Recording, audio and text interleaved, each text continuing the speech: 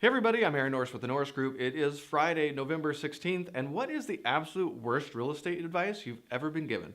That and much more as we cover the biggest headlines in real estate.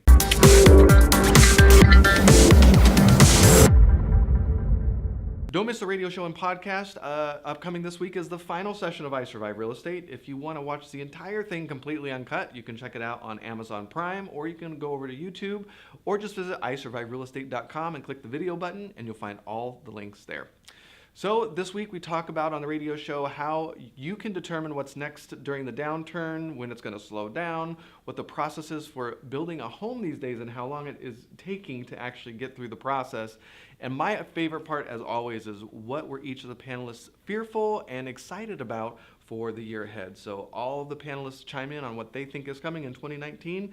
Don't miss that on the radio and podcast this week. Mortgage applications decreased 3.2% from last week as interest rates continue to rise and stocks decrease. Mortgage rates have leveled off after showing signs of increasing. The 30-year rate is now at 4.94%, and the 15-year rate is at 4.36%. Home value gains were slow and are not at their lowest rate in the past year, having increased only 4.3% from October 2017. Good news for all of you stuck in the 80s wearing your jean jackets trying to be awesome. Denim is becoming a hot fabric in the home decor sector. Everything from denim sofa coverings to pillows and table runners, ottoman rugs, and even bedding. Ugh.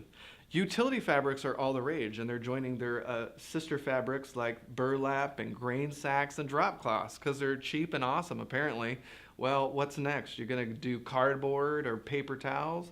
Actually, nerd alert and fun fact, Frank Gehry designed the very first cardboard furniture called the Wiggle Chair back in 1972. I just looked it up, and you can buy one for a cheap $1,175. So using weird fabrics isn't anything new, but there you go. So you found your dream home, you love the neighborhood, the price is right, and you were actually able to get a loan. Well, all that's left is for you to do the dreaded inspection. What will you find, and will it make the deal fall through the cracks? Well, Realtor.com gives us the top 10 things that an inspector might find in your home, and some of these are just not cheap. Bad electric panels, an old deck, cracked chimneys, polybutylene pipe, aluminum wiring, buried oil tanks, that's always a fun surprise, broken trusses, R22 refrigerant or Freon stuff, foundation cracks, and environmental hazards, so I'm assuming things like mold. I know I don't like to get any of those surprises, so it'd be interesting to see what some of your favorite surprises have been. According to Forbes, the U.S. real estate market cooling off has nothing to do with the winter effect. Forbes gives us the top 5 trends real estate experts say that we should watch out for leading into the end of the year and into 2019.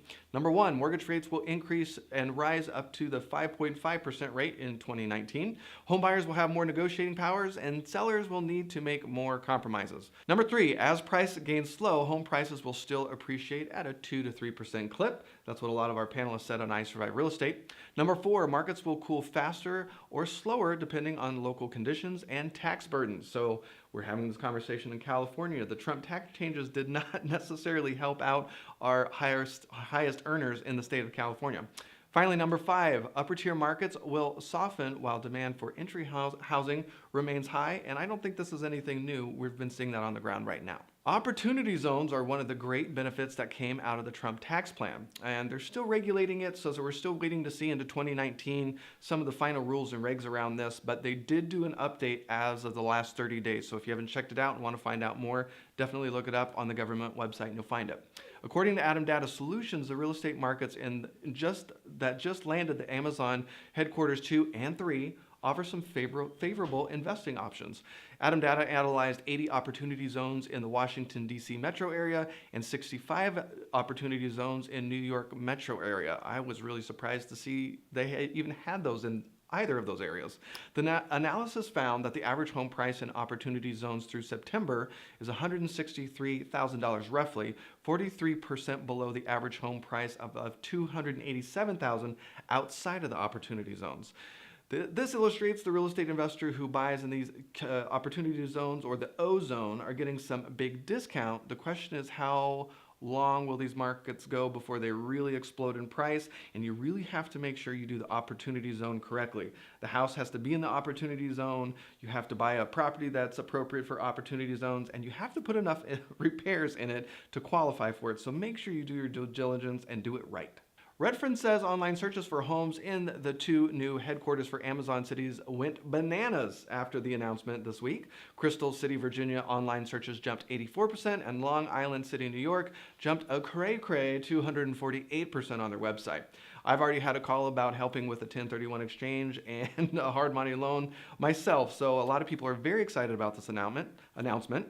Some are worried that housing prices in both places are going to go sky high, prices to buy as well as rents, as they did in Seattle and of course places like Silicon Valley. Darren Bloomquist with Adam Data says home affordability was not a prime deciding factor for Amazon, which is really interesting. I thought that was one of the points, but there you have it. What is the worst mortgage advice you have ever heard? Well, ApartmentTherapy.com put together some experts to ask that very same question, and I was featured in one of them, but here are some of the top worst advice that people get when it comes to mortgages. Number 1, don't bother with a pre-approval letter. Nobody needs that. It's not competitive out there. It's not going to lose you a deal. Number 2, open a new credit card to boost your score. I've done that, and I have amazing credit, and it completely blew up my transaction. I didn't end up getting a loan, and it was terrible. Don't do that. Number 3 is the one I gave them. Focus on how much you can actually qualify for. People, I've actually had a realtor call us before. They were working with an investor and they were saying, oh, we know they're not going to make money on this one. This will just be for practice. But I'm sure they pocketed that commission check and didn't think twice about it. Make sure you're talking to a CPA. Make sure you know how much you can actually afford. Number 4, waive your financing contingency. So the financing contingency is a clause in the contract that says your purchase offer is dependent on you securing financing for a purchase price. So sometimes when the market's weird and financing is getting a little tough, if you're not able to close, you're going to lose a deposit. So you just have to make sure you know what you're doing. Number 5, opt for the lowest interest rate. Well, it's tempting to set your sights on the lowest interest rate, but some of those come with some pretty weird programs. Alt-A loans with a big balloon. We really don't know what the market's going to completely look like to 5 to 10 years. So you just don't want anything that's going to blow up on you later on. Just get a really good long low rate. You know what I mean? And number 6, finally, quickly pay down your mortgage. Well, interest rates are at a lifetime low.